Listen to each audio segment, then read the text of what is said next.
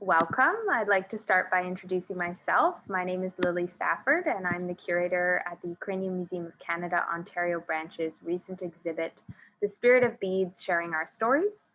So the exhibit is presented in partnership with the Native Canadian Centre of Toronto and celebrates the beauty of Ukrainian and Indigenous beadwork. The Spirit of Beads, Sharing Our Stories unpacks the symbolism and spiritual, political, and cultural significance of beadwork for many diverse groups of Ukrainians and Indigenous peoples.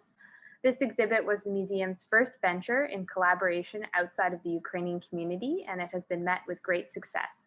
Tonight, we are launching our speakers series, which includes 4 incredible talks unpacking some of the central themes in the Spirit of Beads. So before we begin, I would like to start tonight with a land acknowledgement. Please keep in mind that this acknowledgement is for the land that we now know as Toronto. For those joining us from outside of Toronto, I encourage you to research the history of the land which you call home and identify which treaties cover it. It is important for us to give a land acknowledgement because it gives an opportunity to pause, be present, reflect, and think about our place here, these lands, and how colonization and the oppression of Indigenous persons has privileged some over others. By doing a land acknowledgement, we acknowledge respect and recognition of Indigenous peoples, practices, and ways of knowing. We acknowledge that the land we are meeting on today is the traditional territory of many nations, including the Mississaugas of the Credit, the Anishinaabe, the Chippewa, the Haudenosaunee, and the Wendat peoples, and is now home to many diverse First Nations, Inuit, and Métis peoples. We also acknowledge that Toronto is covered by Treaty 13 with the Mississaugas of the Credit. Thank you. I'm absolutely delighted to welcome tonight's speaker, Leah Hrycun. Leah is a PhD student who has spent most of her life in Amishkwatsi Gayagan, also known as Edmonton.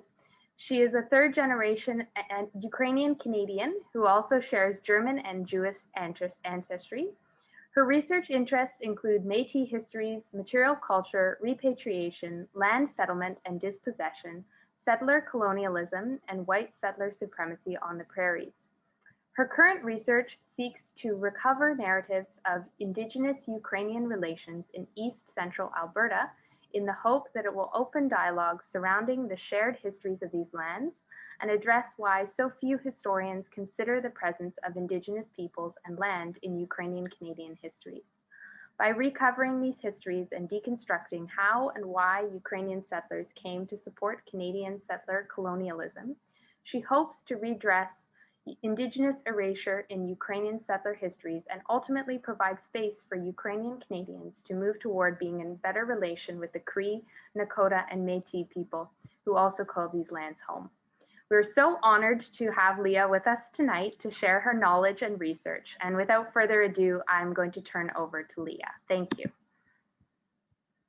Wonderful. Thank you so much for that great introduction.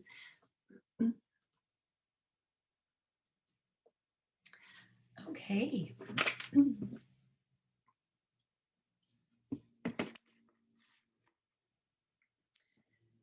So I'm going to take you on a little bit of a journey before I introduce myself a little bit further. So imagine, if you will, it's November, it's in Edmonton.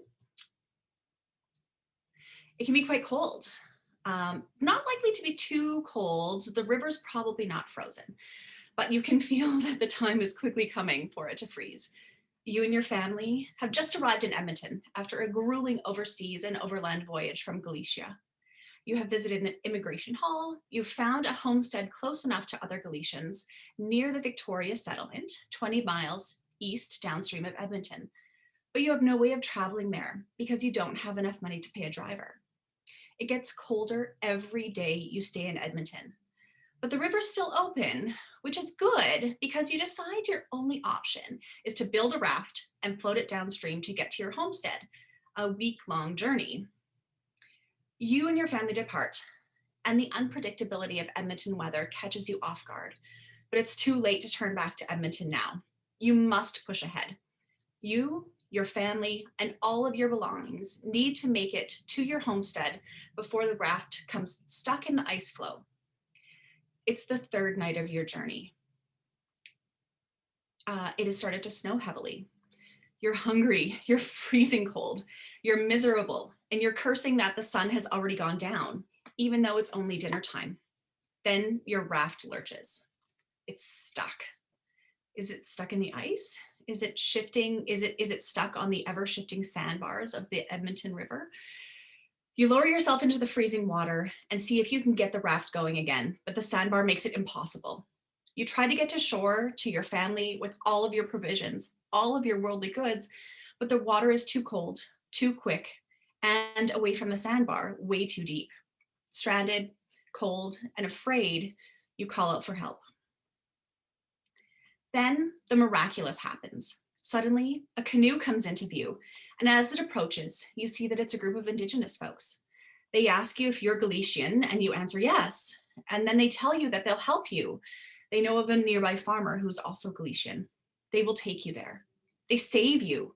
They save your family. They save your supplies, all of your worldly goods, ensuring that you're not only surviving tonight, but through the coming winter as well. They build a fire, dry everyone's clothes, feed you, and once you're ready, they guide you to the home of the Galician farmer. Their unparalleled kindness, hospitality, and bravery have saved you and your family. This story is like many others that feature the kindness of Indigenous people that Ukrainian settlers on the prairies encountered in the early years of immigration. In today's presentation, I would like to talk to you about the different types of stories that have been recorded about Ukrainian-Indigenous relations. Most of these stories center in the West on the Canadian prairies. In telling you these stories, I want to ask first, why do we tell these stories? What purpose do they serve? Or what purpose do we want them to serve? And second, I want to ask, or to perhaps show you, that we can do better in telling the stories of our ancestors and their connections to Indigenous people by moving away from the mythologies we subscribe to, including settler supremacy and the erasure of Indigenous people from settler narratives. So before I begin, I want to introduce myself a bit more thoroughly. For many Plains Indigenous people and for Indigenous people in general, including Cree, Nakota Sioux, Métis, and others whose homeland and territory I currently reside on, including Treaty 6 territory, Métis homeland, and here where I'm located today on Papa's Chiefs Reserve land. I want to introduce myself more fully and to introduce you to the connections and the peoples and the places that I come from in order to give you a better understanding of how I inform my ideas. So my Ukrainian ancestry runs on my father's side, although my maternal grandpa, who was born in what is now Austria in 1919, said that he grew up speaking Ukrainian too. But that side of my family identifies as German, Prussian, and Jewish, although our Jewishness was kept secret until the death of my grandmother in 2010. So back to my father's side.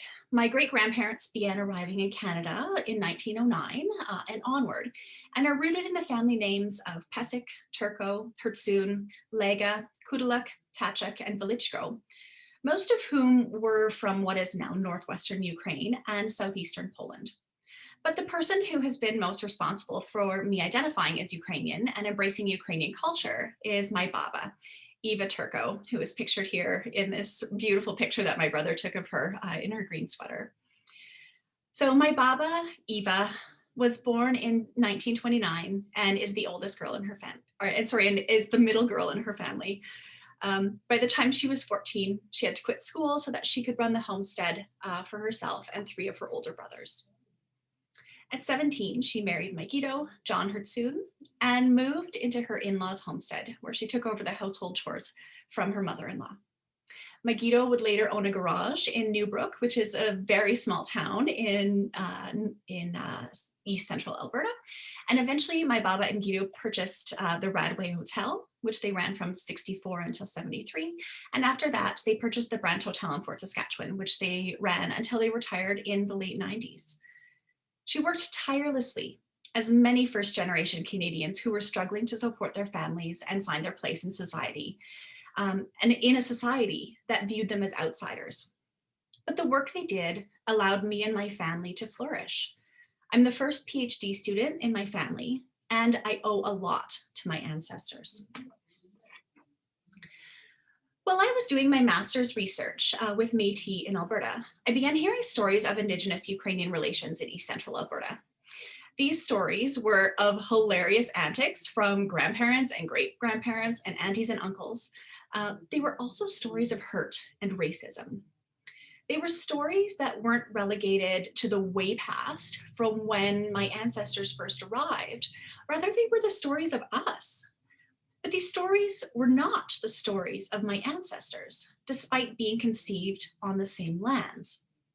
The folks I was working with made it clear that I was not alone and that the stories of Métis and Cree folks tell about Ukrainians are very different from the ones that Ukrainians tell about Indigenous people. In fact, they spoke of the need to see the narratives of Indigenous Ukrainian histories of East Central Alberta uncovered as an act of self-determination, a way to more fully understand the history of these lands as a starting point to understand where we come from in order that we can go together into the future. They asked questions like, why does my mushum, or my Cree grandfather, speak only Cree and Ukrainian? Why does my kukum, or my Cree grandmother, Cree or Métis grandmother, cook traditional poppy seed cake? And I asked questions like, why does my great auntie Josie make bannock? They expressed a desire for me to educate Ukrainian Canadians on the role we play in furthering the colonial project of Canada. This, they stated, was of the utmost importance in order to bring Ukrainian Canadians and Indigenous people toward being in good relation with one another. And so this is why I'm talking to all of you today. And I hope that by looking at how and why Ukrainians tell the stories we do, by looking at the stories that fall outside of our own narratives, we can create a greater understanding of the history of these lands and, of course, work toward being in good relation with one another. So now on to the exciting part of the presentation, or almost. I want to address a few things before we begin. I do want to give you a quick content warning. The next image does contain scenes of police violence. It's a painting by Kent Monkman, so I just wanted to put that up there. I will give you, for those who want to not view this image, I will let you know when you can come back. So there's a few parameters that I want to cover before we begin. First and foremost, we're here to learn. If there's something that's said that is uncomfortable or you get a gut reaction from, please know that it's okay to be uncomfortable. Sit with your discomfort. Try and figure out why it's happening. Remember that learning comes from a place of discomfort as we try to figure out why we feel the way we do and try to disentangle those feelings and try to recognize other points of view. Second, we're going to be touching on topics of colonialism, racism, and white settler supremacy. So these are sensitive topics, and I want to ensure you all that these discussions are not to place blame on our ancestors. So let me say that again. This is not to place blame upon you or your ancestors. And the problem of colonialism, racism, and white supremacy are not ones that are solely perpetuated by Ukrainian Canadians. But we need to talk about these things if we want to change. Talking about these things allows us to dissect where these ideas are coming from, how they're perpetuated, and then we can begin to change our way of thinking. I want you to know that there is no one asking you to apologize for the actions, good, bad, or otherwise, of your ancestors. But we do need to consider that some of the decisions of the past have created the world in which we live today, and which, unfortunately, contain structures that continue to keep Indigenous folks and people of color in the margins. I want you to understand that I present these ideas from a place of compassion and a desire to see us truly begin taking steps to be in good relation to Indigenous folks. I'm going to move on to the next slide. So for those of you who would like to join us back, that would be great. The critiques that I address about Ukrainian Canadians come from an intense desire to do more and to do better, not to sit by and say that because of oppression, because of the internment many of our ancestors faced, or discrimination, that we are absolved from or unable to commit discrimination or racisms. I considerately critique us out of complete love and respect for my ancestors and the intense sacrifices they made in order that I could have a better life. So in the opening of today's presentation, I asked the question, or rather the questions, why do we tell the stories we do? What purpose do they serve? Or what purpose do we want them to serve? In this presentation, I'm going to argue that we can do better in telling the stories of our ancestors and their connection to Indigenous people by moving away from the mythologies that we subscribe to, including those that inadvertently support white settler supremacy and the resulting erasure of Indigenous people from settler narratives. Three of the mythologies that I'm going to discuss today are myths of the quote unquote vanishing Indian. Second, the myth that Indigenous folks and Ukrainian folks only had passing encounters. And third, the myth that Ukrainians bootstrapped themselves into the multicultural milieu of Canadian nationalism. By examining these three myths that are near and dear to many Ukrainian Canadian hearts and identities, I hope to show you that we can maintain our identity, our connection to land, our value of hard work, without needing to repeat the myths that erase Indigenous people, Indigenous claims to land, and our relationships.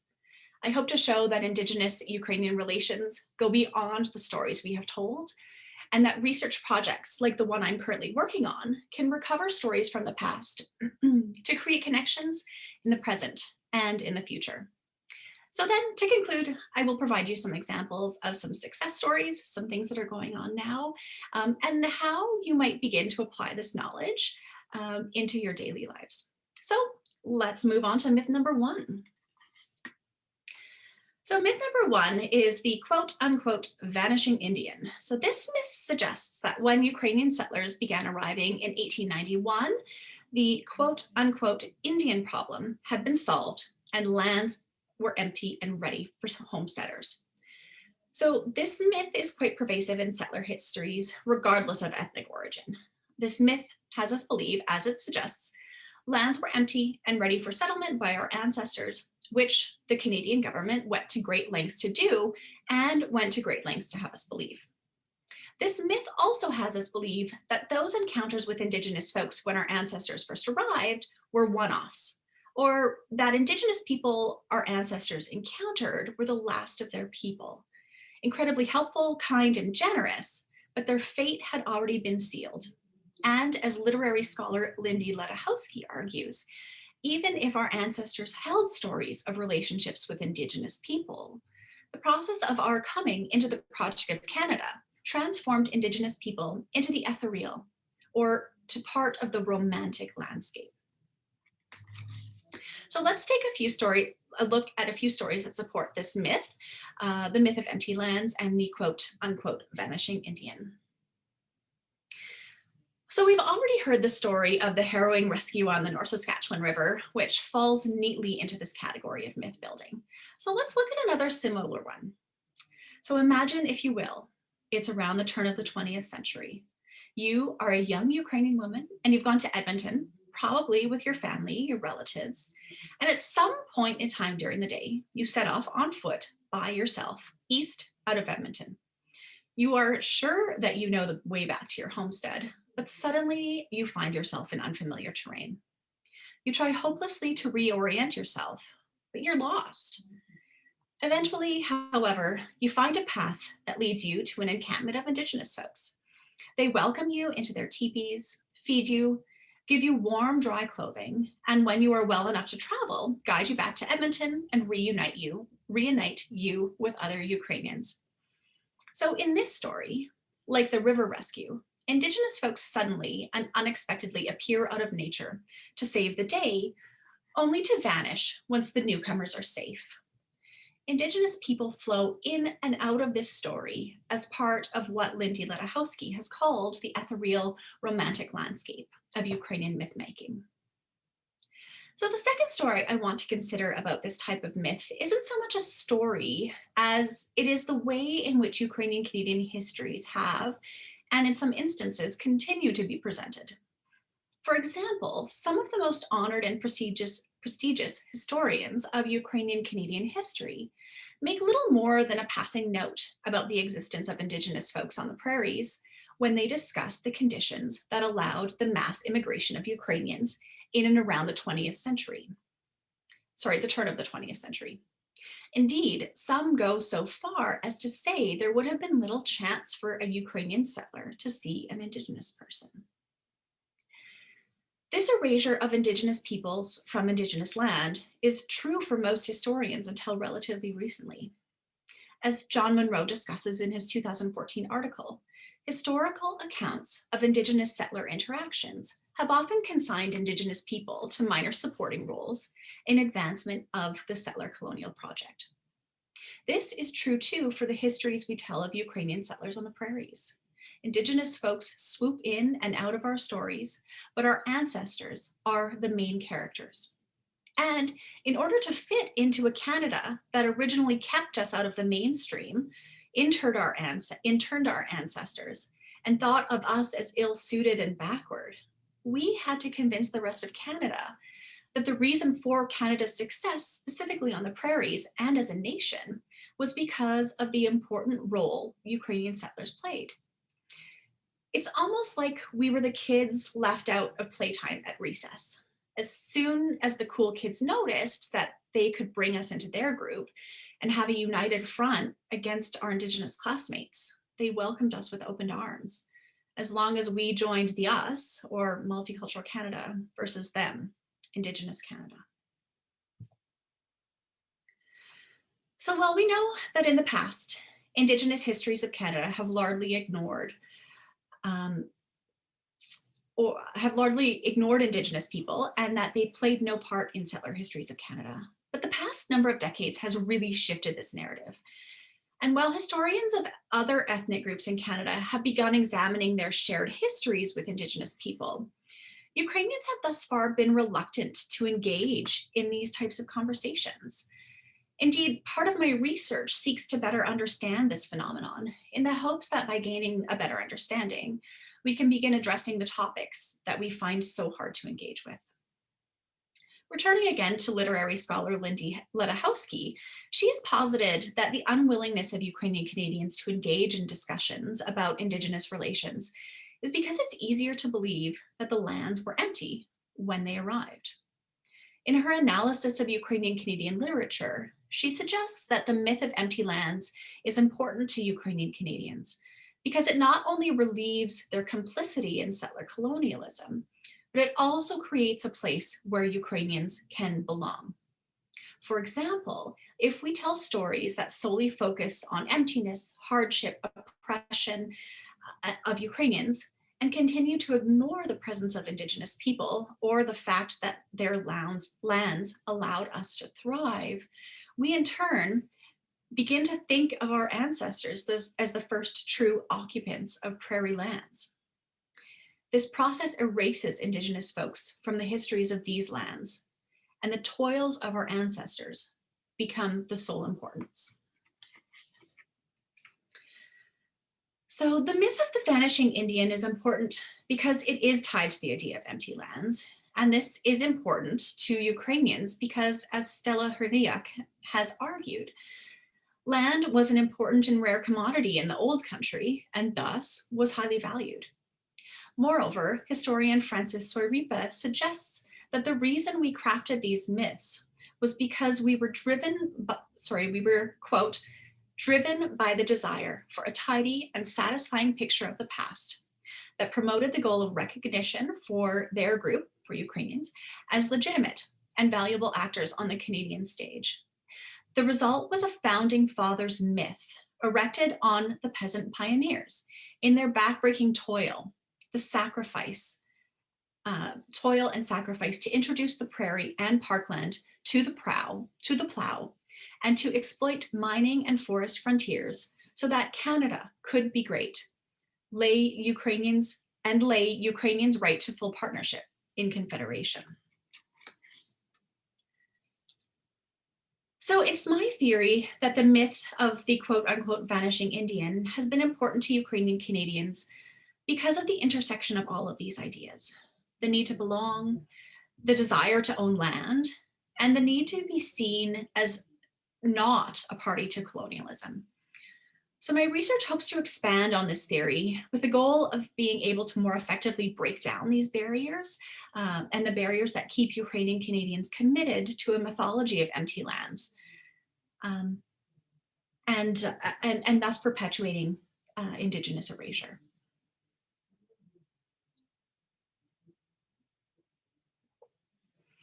So let's move on to the second myth. The second myth is that Ukrainian settlers and Indigenous people did not mix. So this myth isn't directly told in our stories, but my research thus far has revealed that most Ukrainian Canadians believe that relationships with Indigenous folks, as we discussed in the last myth, were in the way past or could not have lasted because of the ethereal nature of our historic view of Indigenous people.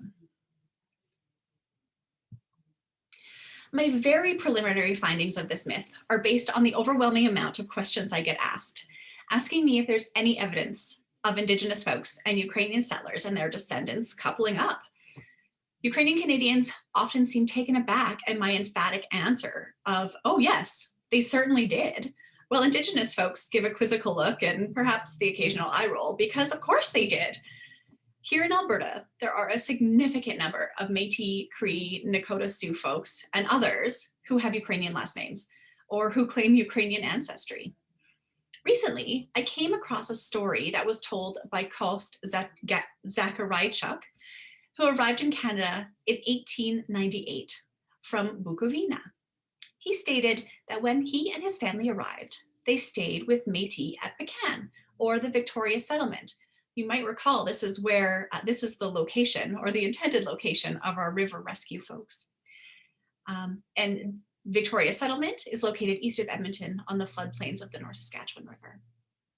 Victoria Settlement has long been a Hudson's Bay Company trading post and was chosen by the HBC because it had been a meeting place for Indigenous peoples for countless generations, and because it was a place where river crossings occurred with great frequency. Indeed, Hudson's Bay Company manager, Frank E. Mitchell, records that Ukrainian settlers and Métis lived side by side and suggests that events such as weddings, sporting events, picnics were attended by both. The stories of Zakharaychuk and Mitchell confirm that community interactions were happening. And what a better way for two groups of folks who love a good wedding, including dancing and music, to meet up and who knows, perhaps some sparks fly. So there are also two stories that I have been told about Ukrainian children who were orphaned or taken in by local Cree families. In one instance, the person adopted a Nehiyaw or Cree culture of their adopted family and knew little about their Ukrainian relatives. In the other instance, the person, although they were completely entrenched in Nehiyaw culture, they also maintained a strong connection to their Ukrainian heritage. And although they had lost all the connection to their Ukrainian blood and kin, they continued to speak of how proud they were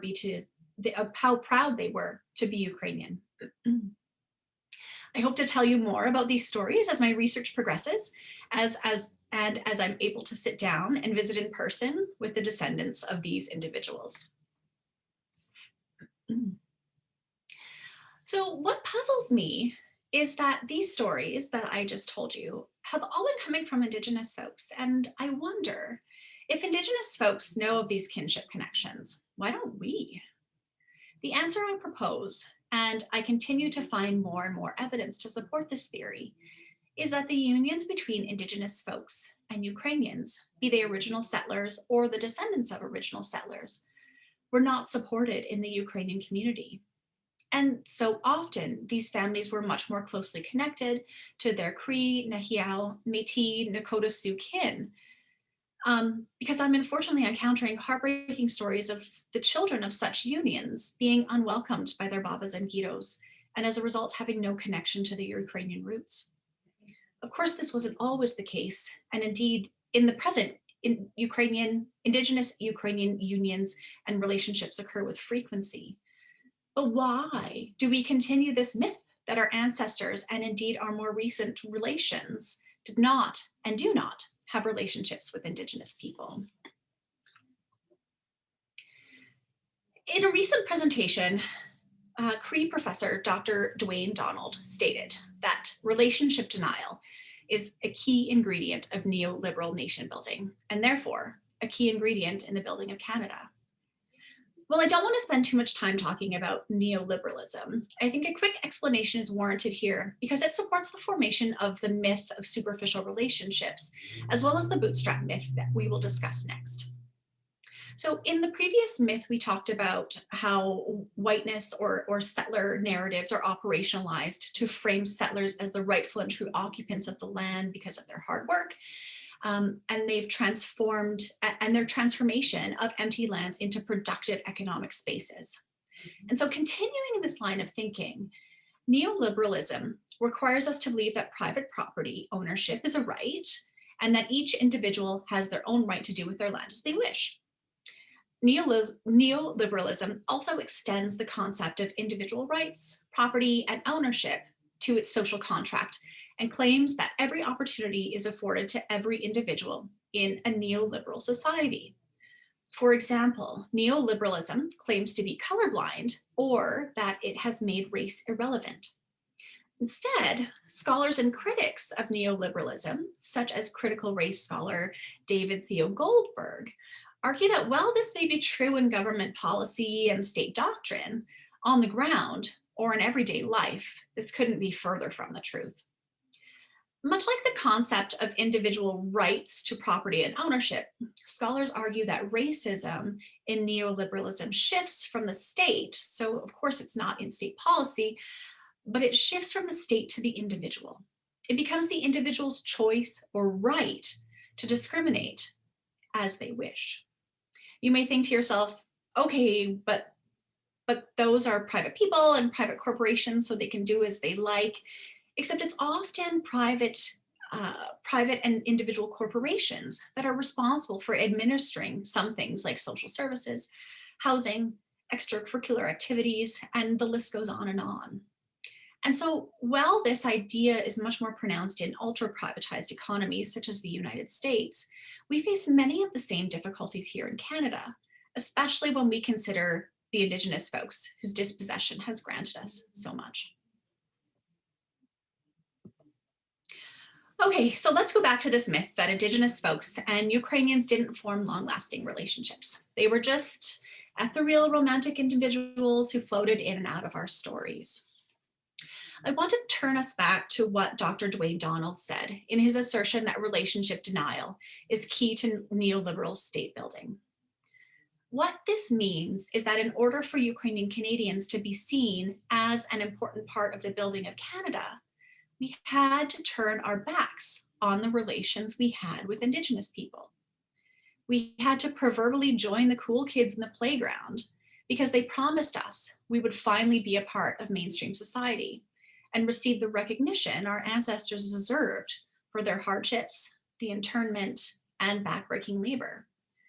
And so we did. So this idea, which I have hinted to in the previous two myths, brings us to our third myth, that Ukrainians rose up from nothing, which, let's be honest, many did, and our hard work made us part of Canada, which it did. But the mythology around Ukrainians bootstrapping their way into the neoliberal project of Canada can be quite problematic because it assumes that because we overcame, everyone, including our Indigenous neighbors, just need to work harder and then it will happen for them too. This myth takes on many forms and in more recent years has morphed into what some scholars, such as critical race scholar Elizabeth Martinez, call the oppression Olympics. More on that later, but for now, let's look at this bootstrap or the quote unquote, we work so hard theory. So we know about the significant hardships that our original Ukrainian ancestors faced, and those stories should in no way be diminished. Those folks worked incredibly hard. They faced hunger and starvation, isolation, racism, and then if that wasn't enough, many of our ancestors were sent to internment camps during the First World War because they were thought of as enemies of the state. It was brutal. those generations of Ukrainians that came later faced awful hardships in Ukraine as well, especially during the winter of 1932-33. The Holodomor, or terror starvation, took the lives of an estimated 3.5 million Ukrainians, and some estimations place the death toll as high as 12 million. All of this horror is to say that our ancestors suffered great trauma. Yet somehow our ancestors preserved and created space where we could be Ukrainian and we could be Canadian. And it is in the details of these created spaces that we see how our myth of bootstrapping our way into Canadian mainstream was created. Scholars of Ukrainian Canadian settler stories argue that after the Second World War, Ukrainian Canadians truly began to flourish. They were educated, held white-collar jobs, participated in politics, experienced financial and economic success. But their thoughts often turned to the plight of Indigenous people, especially those living nearby. And many began to question, or rather to posit, if Ukrainians could make it, Indigenous folks should be able to make it as well. But we know it isn't that easy. And while Ukrainians were working hard to make themselves an indispensable part of the project of Canada, they were inadvertently contributing to the continued marginalization and dispossession of Indigenous people. This was especially apparent in the histories we told as we tried to find our place in the multicultural era of the 1970s.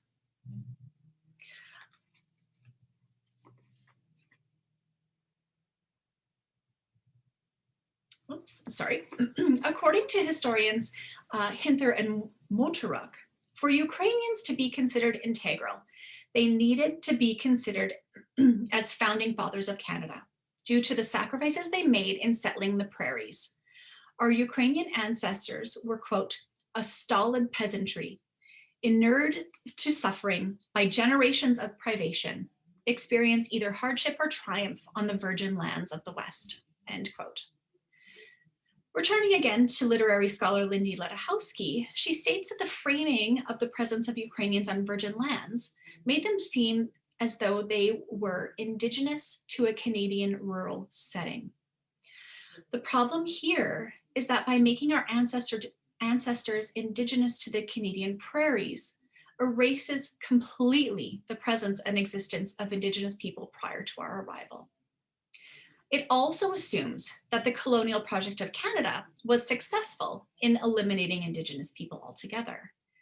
If we, as Ukrainian Canadians and settlers on these lands, want to engage in reconciliation, we need to examine and dismantle the idea that these are the true histories of these lands. This doesn't mean that the stories of hardships of our ancestors can't exist. Rather, they can exist in tandem. More than one story of a place can exist at any time. And wouldn't it be great if we discovered much more of our shared history so that we can truly begin being in good relation? I'm going to return for a moment to Elizabeth Martinez's idea of the Oppression Olympics.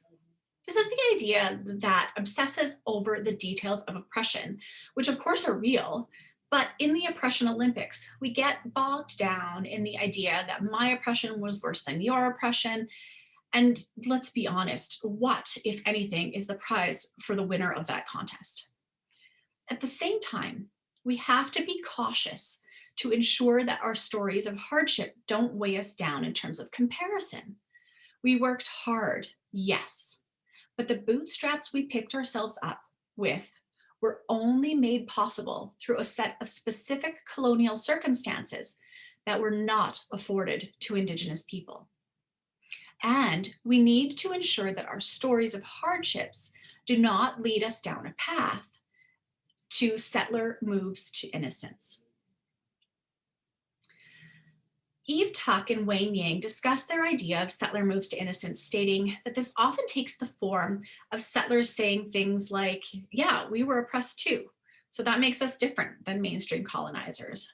Or, I'm a woman, so I'm less complicit in the colonial project because men make the rules. Or my family was interned during First World War and we lost everything. So there's absolutely no way I'm responsible for the racism and dispossession that Indigenous people continue to face. In reality, we, as now white mainstream Canadians, benefit from all of the colonial policies that allowed other white folks to thrive in the past. Critical race scholar Alana Lenton argues that these moves to innocence are not only counterproductive, they are dangerous because they attempt to create a hierarchy of complicity, and as a result would require white folks to spend copious amounts of time trying to decipher the minute details of who or which group or subgroup or ethnic group is more responsible for the white privilege that we currently have in Canada. In these conversations, white folks just simply make it all about themselves instead of addressing colonization and how Indigenous folks can lead the way to decolonization. The focus shifts from Indigenous issues to white fantasies of innocence. If we continue the myth of bootstrapping, we continue to believe that neoliberal Canada treats all of its citizens equitably, which unfortunately we know is not true. We need to tell stories that honor our ancestors' struggles, but not at the expense of Indigenous folks. So as we enter the final minutes of this presentation, I want to quickly recap the 3 types of myths that exist and provide some suggestions for how we can, and indeed should, do better. So let's return to the first myth, the quote unquote vanishing Indian. Obviously, we know this myth is not true. So what can we do to fully debunk this myth? I suggest that we put some time and energy into recovering or uncovering the stories of our ancestors and their relationships with Indigenous folks. We can also put time and energy into creating new relationships, like we are doing today, like we are doing through the spirit of beads. As settlers, we can educate ourselves in a more accurate history of the lands we know as Canada. We can take courses like the University of Alberta Indigenous Studies MOOC. We can learn about the treaties in the areas we call home. We can get involved in Indigenous community initiatives in both rural and urban settings. So myth 2, Indigenous folks and Ukrainian folks didn't mix. Again, we know this isn't true. Although we have ample historical proof that a lot of mixing and coupling and family building has gone on for generations, we also know that this is not true because of what we are doing today. Collaboration builds relationships. The recent collaboration between the Shumka Ukrainian dancers and the Rolling Thunder Cree dancers in Shumka's Ancestors and Elders is a great example of bringing relationality into the present. Other options to put this idea into practice include learning about some of the collaborations that are going on right now. For example, I will do a plug for an upcoming event that is being hosted by a new group that I'm steering committee of, that is Ukrainian and Métis scholars and writers that are looking at Ukrainian-Indigenous relations. So our upcoming event features Sandra Semchuk and David Garneau, both of whom are fantastic artists. I would highly suggest tuning in to hear these artists talk about their collaborations and the current projects that are both literally and figuratively building bridges between seemingly disparate communities. The third myth dealt with Ukrainians picking themselves up by the bootstraps to become part of mainstream Canadian culture. While this myth has elements of truth, we need to remember that when, and only when, Canada decided that we were okay, we were allowed to use those bootstraps. We also cannot engage in perpetuating ideas as settler moves to innocence or the oppression Olympics. Indeed, our Ukrainian ancestors suffered, and they also played a significant role in building what Canada is today. But we have to ask, are we completely happy with the way it turned out? Can we foster more equity and justice and turn our backs on the idea that denying relationships with and building relationality with Indigenous people is required to be part of the continuing project of Canada? Can we use the privilege that has been granted to us to craft a country that doesn't marginalize Indigenous folks, takes Indigenous land issues seriously, and supports spaces and resources to foster reconciliation? What can we do to honor the sacrifices of our ancestors while at the same time working toward Indigenous-led decolonization? I again turn to learning, but this time learning about the social causes and issues that are being put forward by Indigenous folks. Follow some Indigenous folks on social media. Become familiar with the land back movement that is taking place across Turtle Island. Center Indigenous voices in discussions and collaborations. Begin, continue, and continually educate yourself on the systems that support white supremacy, supporting Indigenous folks in their efforts to decolonize. We do not have to continue to perpetuate Indigenous erasure in our collective mythologies in order to secure our place in these lands. I am certain that we can, and indeed should, do better. Thank you all very much. Awesome. Thank you so much, Leah. That was fantastic. Really illuminating and insightful. Thank you. I would like to open up now to audience questions. For those of you who would like to ask a question for Leah, please use the Q&A function, which is at the bottom of your screen. There's a little window there if you click, and you can type in your questions. We have a comment in the chat here, a sweet comment. Thank you for this presentation. I worked in Lamont, Alberta in the 1980s in a seniors residence and nursing home. When there, the elderly residents told me stories of how Indigenous people nearby helped them to survive in the winters, helped them when they and their children were ill. That's a nice little little story there. Thank you for that. Any questions? Leah, in the meantime, I have a question. Absolutely. This is kind of maybe a comment, but when I was doing research for this exhibit that we were having at the museum, I heard a lot of kind of verbal stories about medicines and botanic stuff and kind of the sharing of medicines. And a lot of those stories were more verbal. Like people were telling me, oh, I heard that this, we shared these medicines when Ukrainians came to Canada, but I wasn't able to find anything written.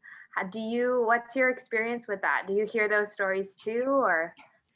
Yes, absolutely. I hear those stories quite often, and I often get asked by people looking for resources to, much like yourself, they're looking for something to read that supports these oral stories that folks are telling. Unfortunately, there are none that I know that exist. It's a very, one of the things, I think one of the contributing factors in this is that Indigenous medicines and Indigenous knowledges of medicines have largely been ignored, especially in writing. And as a result of that, any type of collaboration between Indigenous and Ukrainian medicines would also have been ignored. And so there is a growing movement, especially here on the prairies. I have one student who I really hope that she's going to go forward with graduate studies, because she's doing a joint degree with Native Studies and Nutrition, and she is looking at, or she would like to look at, the ways in which medicine was shared, especially in older stories. And so there is an absolute gap in academic literature. There's a gap in writing about the sharing of medicines between people. Yeah, I hope that folks will begin filling this gap. Awesome. Yeah, I think it's such a rich area that definitely would be interesting to explore. So that's very cool. I have a comment here from Myrna Kostash. Michael Muse Baba's Medicine Cabinet. Are you familiar with that? Yes, excellent. Yeah, thank you, Myrna. Thank you for bringing that up. Okay, awesome. A couple more questions coming in here. How should more recent immigrants from Ukraine approach and research the subject of settler colonialism, and how they benefit from it if they came in the modern era, last 30 years or so? I've heard folks in this demographic say, I care about Indigenous rights, but I don't know how to responsibly start thinking about my place in this system. Absolutely. That is a great question. Thank you for asking it. Um, I would encourage all settlers, be they new, old, anything, to learn about the lands, learn about. You can start by learning about the treaties in your area. With the exception of parts of BC, most of Alberta, or sorry, most of Canada is treaty land. So, what treaties were made to share the lands with Indigenous peoples and settlers? That's a great place to start. What did the original treaties say in your area? Also, looking at Canadian history in general. How has Canadian history, how we shape ourselves as the kind, caring, wonderful Canadians that we all are, um, and that the world knows us for. But why do we have a disconnect with some of the things that happen here? I would encourage folks to take the Indigenous MOOC at the University of Alberta. It's a free course. You can take as much or as little of it as you want. It really starts to set the stage of how settler colonialism came to Canada, how it was constructed, and how it continues to be perpetuated. So I think those are a few ideas. I would also encourage folks to start following Indigenous folks on social media, especially around the land back issue. It's a fascinating issue that I know puts a lot of settlers immediately off guard. But when you begin to start understanding what Indigenous folks are trying to do with the land back issue, you really start to understand more about how we can share space as opposed to it being a power dichotomy. So those are some of the really basic things that I would encourage folks to do to begin their journey of education, to understand how and why Canada came to be the settler colonial nation that it is. Awesome, thank you. There's a fun question here about the similarity of Ukrainian and Indigenous singing. I mean, types of songs and voices. Did you hear much about that? I have not heard much about that, but that absolutely doesn't surprise me. I would be curious to know more about this.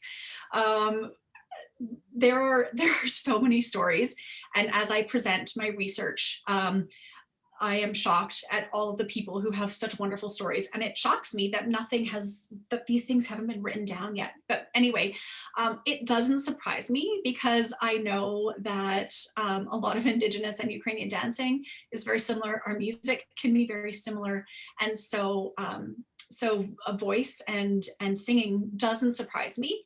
And I think it would be fantastic to have some sort of a collaboration where folks could come together and share their cultural identities through song. That would be amazing.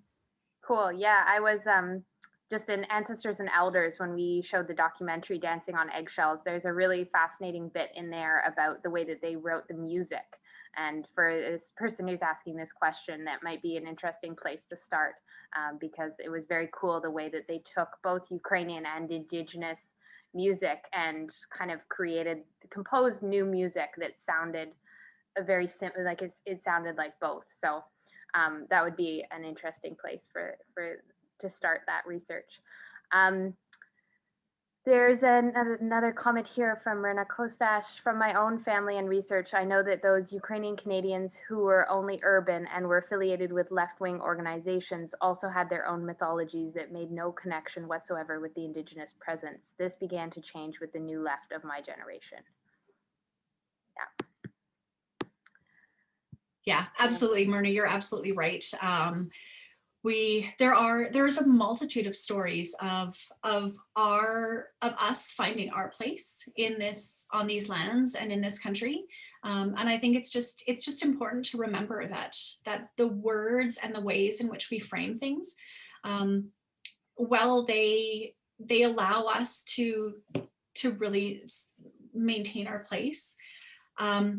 They can really marginalize Indigenous folks. And I think that as we move forward, we can both honor our ancestors and honor Indigenous presence in this land. And I mean, I'm fortunate enough to be working with Myrna on our Ukrainian-Indigenous steering committee. So we're really excited to be having more collaborations coming up. And one of the things that I try to keep reminding myself or telling people, that even if we don't find any, even if it was a completely blank slate, that there was no interactions with the Indigenous folks and Ukrainians, which of course we know isn't true, but even if it was, that doesn't mean that we can't start building relationships today and moving forward in a way that truly is Indigenous led and truly leads to reconciliation, because reconciliation's been forgotten. It's been 6 years since the Truth and Reconciliation Commission's calls to action.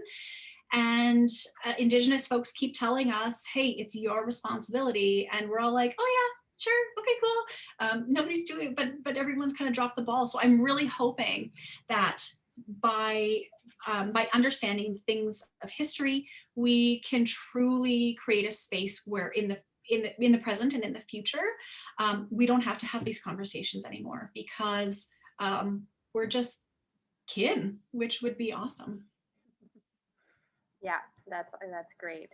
A couple of more, these are mostly comments, but I'll read them out. So Maria Rupan, who's one of the artists in our exhibit, says, awesome presentation, excellent points for reality check. Hope we can correct our Ukrainian storytelling. Thanks, Maria. Thank you. Couple more comments. Thank you, Leah, for sharing your work. I'm also a PhD student and looking at near similar research, but with more general Eastern European and Indigenous context spaces in Canada and Europe, and your research is truly a huge inspiration for those stories, collaborations, and moments of contact have and continue to exist. Awesome. Wonderful, thank you. I'm glad to hear that I'm not alone, that there are other PhD students who are engaging on this difficult and absolutely rewarding work. Yeah, that's fantastic. One more comment here. I agree that the present generations had forgotten or ignored these liaisons. We, the present generations, have an obligation to recognize our history accurately and have ignored it this day and age. This is the Lamont person I just entered too soon. Nice. Awesome. Yeah, excellent. Thank you so much for your comment. Your stories are wonderful about medicine and about our ancestors sharing lands. So thank you very much. And one more question here. This is a great question. How much of your research focuses on what Indigenous youth have been taught about the historic relationships with Ukrainians? That is a really good question. I have not thought about that at all. So far, I haven't really been engaging with any youth. My stories thus far have been, or my visits thus far have been sort of in the adult realm. And that's really something that would be interesting to consider. I know that here in Edmonton, the Ukrainian Catholic Church is really heavily involved with outreach between in youth groups, so with Indigenous groups and with their own congregants as well, and they're looking at ways in which like just to bring youth together, just to hang out and do stuff. And when I was talking to the bishop about this project, he said one of the most fascinating things for him was that the youth don't have the same hangups that we do, especially the Ukrainian youth, where they don't have the same, they've stopped a little bit of the believing in the mythologies. They have learned in school about Indigenous histories, something that my generation and generations before didn't. And so the bishop was saying how fascinating it is that the youth have a completely different narrative of what we call Canada today.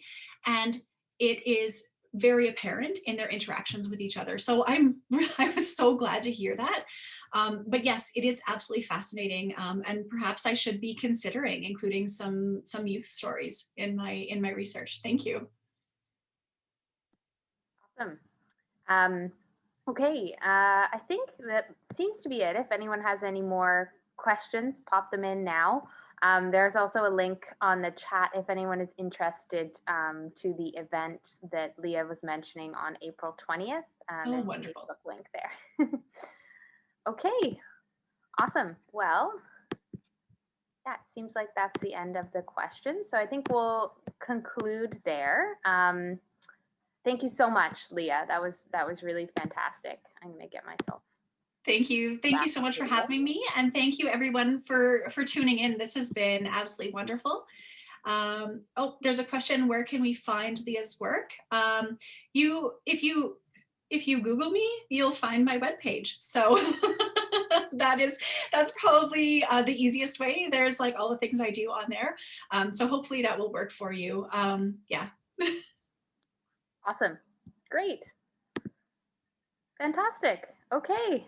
Thank you so much, Leah. That was awesome. Thank you. You're welcome.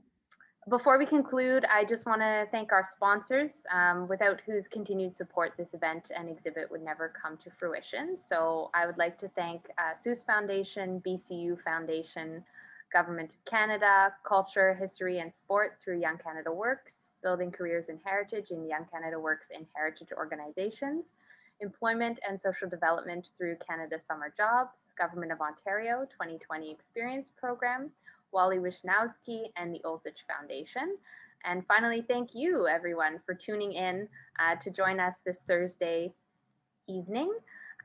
If you enjoyed this event, please consider making a donation or becoming a member of our museum. We are a small, mostly volunteer-run museum, and it's only through your generosity that we're able to create content like this. So if you are able to make a donation, please visit the donation page on our website. Every donation helps us immensely in achieving our goals and creating this kind of engaging programming for this exhibit and for many more in the future. So additionally, at no cost, I also encourage you to like our Facebook or Instagram pages, and you can subscribe to our email list as well. That's a good way to keep informed on what's happening at the museum. We do have many exciting virtual events coming up in the next few months, including a series of interactive beading workshops on Zoom and more lectures in this series as well. So all of the details are available on our website and social media pages. Thank you so much, everyone, for your support in attending this event. Thank you, Leah, for joining us. It was a pleasure, and I wish you all a wonderful evening. Thank you.